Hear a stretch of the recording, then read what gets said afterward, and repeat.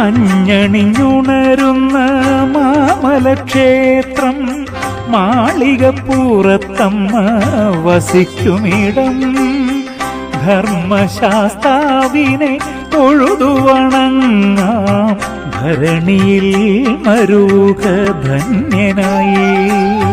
ധരണിയിൽ മരുക ധന്യനായി പടിപടിയായി ഉയരണമെങ്കിൽ പടിപതിനെട്ടും കയറേണം പരമപൊരുളാം ശ്രീസന്നിധാനത്ത് നെയ്യഭിഷേകം ചെയ്യണം പടിപടിയായി ഉയരണമെങ്കിൽ പടിപതിനെട്ടും കയറേണം